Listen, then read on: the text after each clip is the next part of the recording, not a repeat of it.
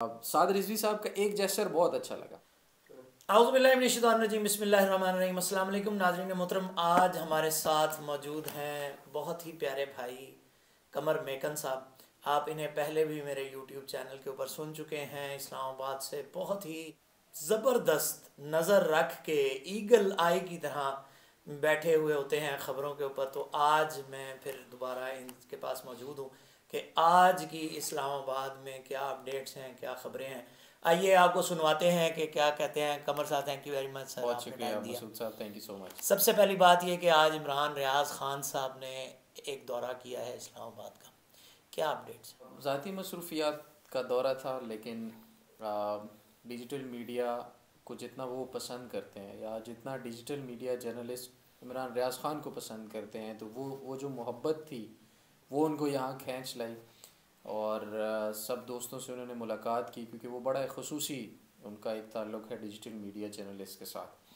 तो बड़ी लंबी नशिस्त थी, खाना वाना सारा बड़ा अच्छे से जो है उनके साथ गपशप हुई, क्योंकि वो जब से अबडक्ट हुए, अबडक्शन के बाद फिर वो जब से रिहा हुए, तो कुछ ख़ास लोगों की मुलाकात हुई थी, बहुत ज़्यादा लोगों की मुलाकात उनसे नहीं हुई थी। तो बहुत सारे डिजिटल मीडिया जर्नलिस्ट ऐसे थे जिन्होंने बड़ी भरपूर आवाज़ उठाई थी, चाहे एहतजाज हों, चाहे वो जितने भी मामलात थे उनकी रिहाई तक कोशिशें थी, उन सब में वो शामिल रहे।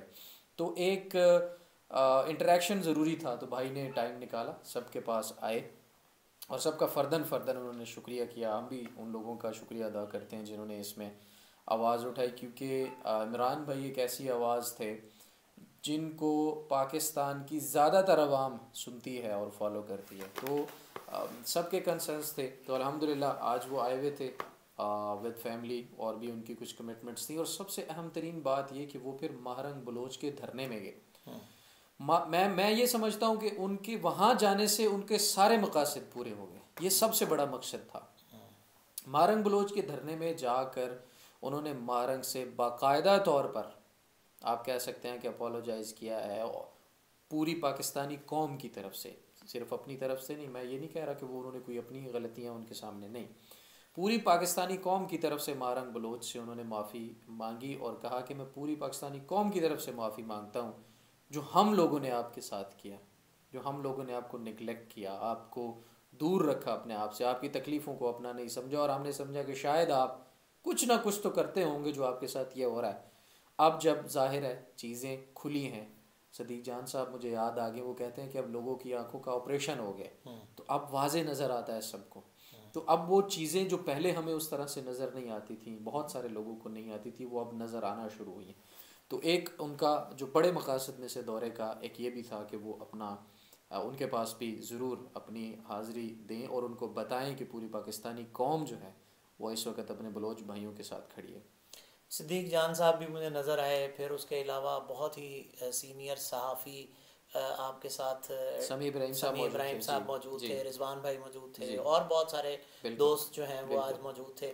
और एक अच्छा उन्होंने जो गुफ्तगू की, कुछ थोड़ी सी मैंने सुनी, ज़्यादातर आपने सुनी, ज़ाहिर है बहुत सारी गुफ्तगू जो है वो सोशल मीडिया पे इस वक्त रिपोर्ट भी हो रही है, तो मेरा नहीं ख्याल कि उसको बहुत ज़्यादा डिस्कस करने की अभी ज़रूरत है। ज़ाहिर है जब ये खुद ब इसका खुद पहुंच इम्पैक्ट जाएगी, आएगा, पहुंच जाएगी, सबके सबके पास पास पहुंच जाएगी, तो फिर खुद ही जितने मुंह उतनी बातें तो खुद ही हो जाएगी। अभी अगर हम बात करें, आगे बढ़ते हैं, तो कोर्ट केसेस, इस्लामाबाद इस वक्त हब बना हुआ है, सेंट्रल पीस बना हुआ है कोर्ट केसेस का। मतलब एक दिन अगर आप समाज को फॉलो नहीं करते तो बीइंग अ जर्नलिस्ट जी। आप लॉस्ट हो जाते हैं, वो जाहिर है वो एक आप तसलसल नहीं रहता उसमें। तसलसल नहीं रहता। इस वक्त क्या क्या अहम केसेस हैं? हाँ, सुप्रीम कोर्ट में है, बहुत सारे हाई कोर्ट में है, इलेक्शन कमीशन में है।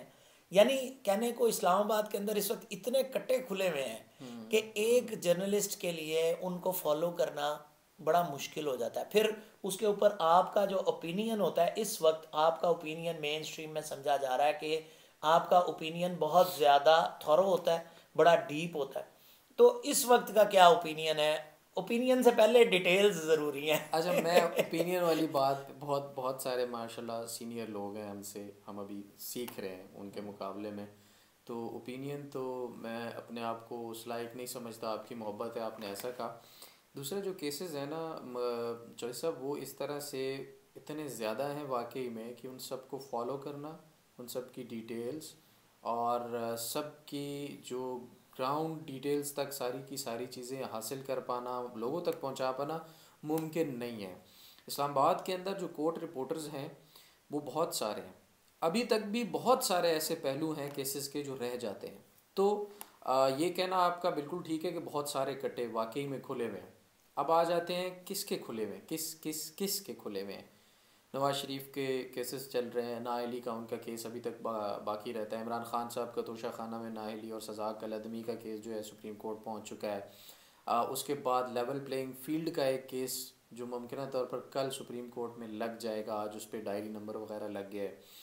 इसके साथ साथ इलेक्शन कमीशन का जो फ़ैसला था पाकिस्तान तहरीक इंसाफ की इंट्रा पार्टी को कलअदम करार देने का, उसके ऊपर पेशावर हाई कोर्ट ने उसको कलअदम करार दे दिया। उसको चैलेंज करने के लिए भी आज इतलात ये थी, तो अकबर एस बाबर साहब थे जिन्होंने इलेक्शन कमीशन में इंट्रा पार्टी इलेक्शंस को चैलेंज किया था, वो सुप्रीम कोर्ट जाएंगे।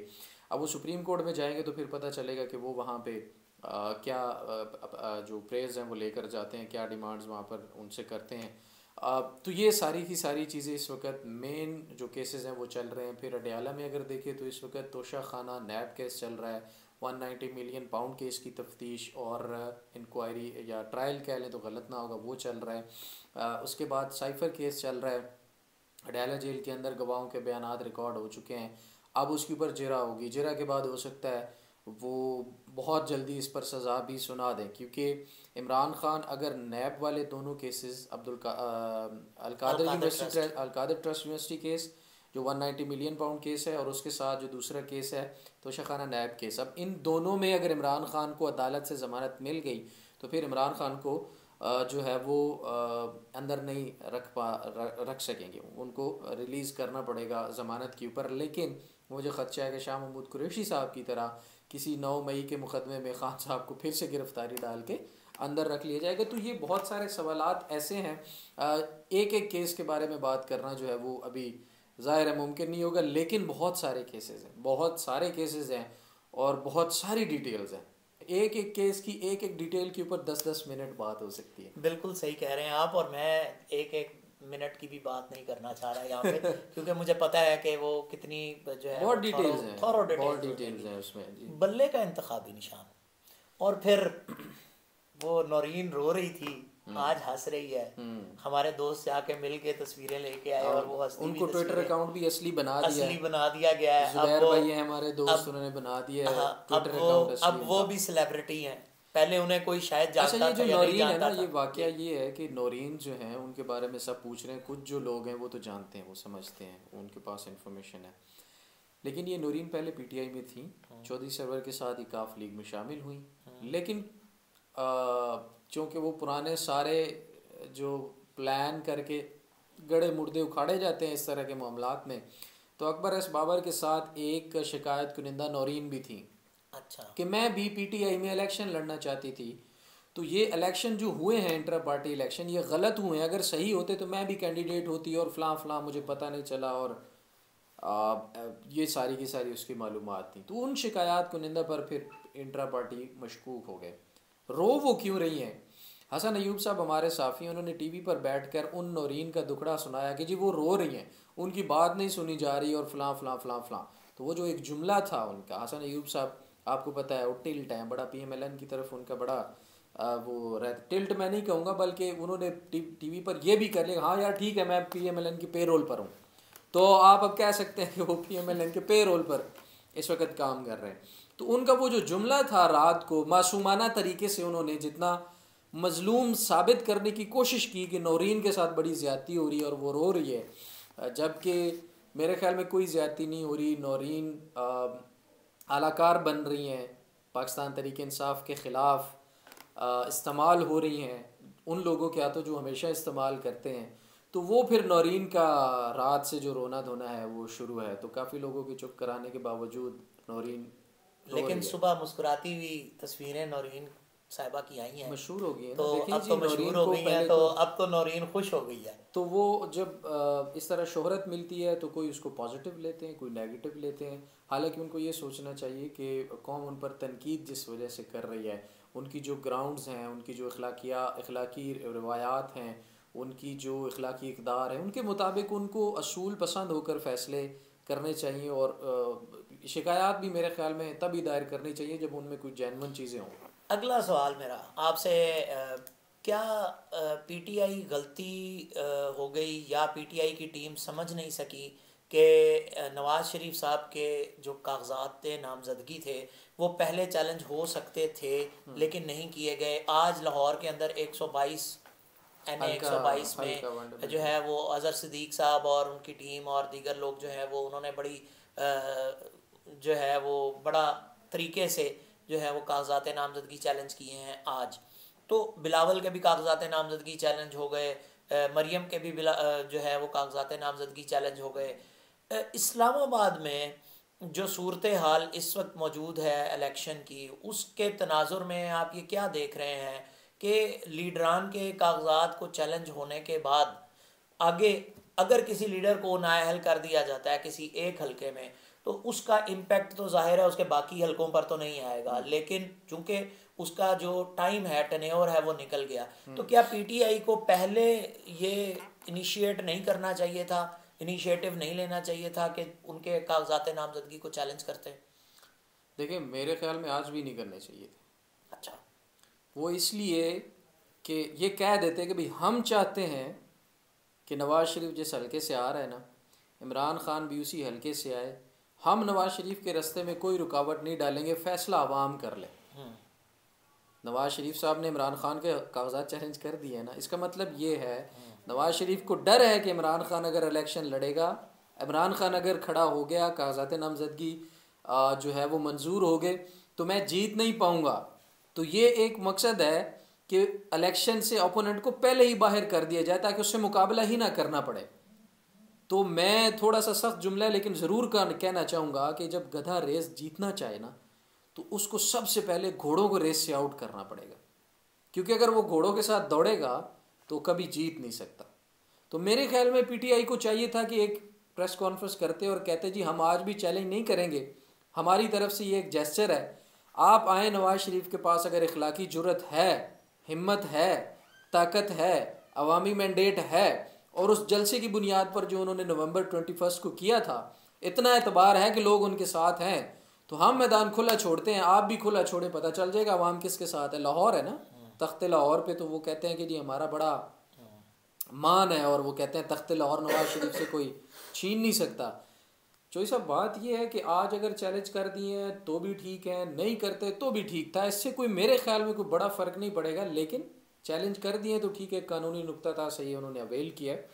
लेकिन मामला ये है कि इस वक्त इमरान खान साहब भी और नवाज शरीफ साहब भी दोनों नाअहल हैं, सच्चे झूठे मुकदमात जैसे भी थे, दोनों नाअहल हैं। तो दोनों की अहलियत होगी तो फिर ही मैदान में आ सकेंगे, जब तक दोनों की नाअहलियत बाकी है तब तक जा रहे वो इलेक्शन में तो नहीं लड़ सकते। इस वक्त साद रिजवी साहब के इस्लामाबाद का दौरा भी किया, मारंग बलोच के पास, यहाँ पर मिसिंग पर्सनस के धरने में इजहार यकजहती भी की। फिर उसके अलावा आज एक ख़बर सुबह सुनने में आई कि PP 29, अगर मैं गलत नहीं हूँ, गुजरात का एक हल्का है, वहाँ से जो उम्मीदवार थे उनको गोली मारकर शहीद कर दिया गया रात को। और उसके अंदर एक पॉलिटिकल पार्टी है जिसके कारकुनान का नाम लिया जा रहा है, जिन्होंने वो ऑर्केस्ट्रेट किया, मुखालिफ पॉलिटिकल पार्टी। तो ये जो तहरीक लबैक पाकिस्तान की पॉलिटिक्स है इस वक्त की, यानी इस तनाजुर में, इलेक्शन के तनाजुर में और इलेक्शन के बाकायदा मोड में, और जिस तरह कन्फ्रंट्रेशन और मुखालफिन को लगने वाला जो गम दुख जो नज़र आ रहा है हमें, उसके ऊपर आपका तजिया क्या कहता है? ये बड़ी सेंसिटिव सी बात है। अब आपने सवाल रखा है तो जाहिर है एज ए जर्नलिस्ट करना चाहिए उस पर ऊपर बात यह है कि TLP का थोड़ा सा हार्श बिहेवियर है, थोड़ा सा सख्त रवैया है, रिजिड कहें तो ज़्यादा बेहतर होगा, या यहाँ कहे कि थोड़ा सा शिद्दत पसंदाना बहुत एक ना एलिमेंट ऐसा है कि वो देखिए, इस्लाम भी हमें ये चीज़ सिखाता है कि आप नरम रवैये से कोशिश करें। तो एक इस्लामी जमात होने के नाते भी, तो अब जो आपने सवाल किया ना कि उनका सियासी तनाज़ुर, मुझे उनका साद रिजवी साहब का एक जेस्चर बहुत अच्छा लगा। वो ये था मसूद चौधरी साहब कि वो जब आए मारंग बलोच के धरने में, वहाँ पर नारा नहीं लगा, नारे तकबीर भी नहीं लगा। मैं ये नहीं कह रहा नहीं लगना चाहिए, नहीं, लेकिन एक जेस्चर ऐसा दिया गया कि भाई हम आपके दुख में शरीक होने आए हैं, हम यहाँ पॉलिटिक्स करने नहीं है। ये बड़ा अच्छा जेस्चर था। फिर वो बड़ी ही मोहब्बत और मुअद्दबाना अंदाज में आए, बैठे ख़वातीन के साथ। उन्होंने वहाँ पर एक साइड पे बैठे, उनकी निगाहें नीची थी, बड़ी मोहब्बत भरे लहजे में वो बैठे रहे, अपना जिक्र अज़कार करते रहे। और उन्होंने सियासत करने वाला एक भी जेस्चर शो नहीं किया कि मैं यहाँ पे पॉलिटिक्स कर रहा हूँ, क्योंकि सब समझ रहे होंगे कि शायद आगे इलेक्शन आ रहे हैं, तो हाफिज़ साहब जो हैं वो साद रिजवी साहब जो हैं वो ये ना हो कि कोई अपनी सियासत चमकाने आए हैं। वहाँ पर बड़े ही प्यार, अच्छा कोई झंडा नहीं था, कोई नारा नहीं था, कोई ऐसा जेस्चर नहीं था, खालिसतन वो आए, ताज़ियत भी की, बैठे भी सही, उनको इज़हार यकजहती भी किया, और फिर वहाँ से जो है वो रवाना हुए। और जाते हुए जो उन्होंने जुमला कहा, उसने मेरा दिल तो कम अज़ कम इस मामले पर जीत लिया, बलोचों वाले मामले पर। बाकी पॉलिटिकल जो इख्तलाफात हैं वो अपनी जगह। उन्होंने जाते हुए कहा कि 9 मई या फलाने ढिमकाने आपने बड़े बड़े बंदे अंदर कर दिए हैं। बात समझ रहे हैं? तो इन लोगों को क्यों नहीं इंसाफ दिया जा सकता? नवाज शरीफ को आपने बाहर से बुला के यहाँ पे सेटलमेंट सारी करवा दी है, तो क्या आप इन लोगों के लिए कुछ नहीं कर सकते? उनके बड़े ही तारीखी और प्यारे जुमले थे, और मेरे ख्याल है वो काफ़ी लोगों को बुरे लगे होंगे। वो बहुत सारे लोगों को बुरे लगे होंगे। कमर मेकन साहब का तज्जिया आपने सुना। जो भी बात है वो इनकी आपके सामने है। अपना कमेंट सेक्शन खुला है, आप ज़रूर हमें आगाह फरमाइए, और चैनल को ज़रूर सब्सक्राइब रखिए, हमारे साथ जुड़े रहिए।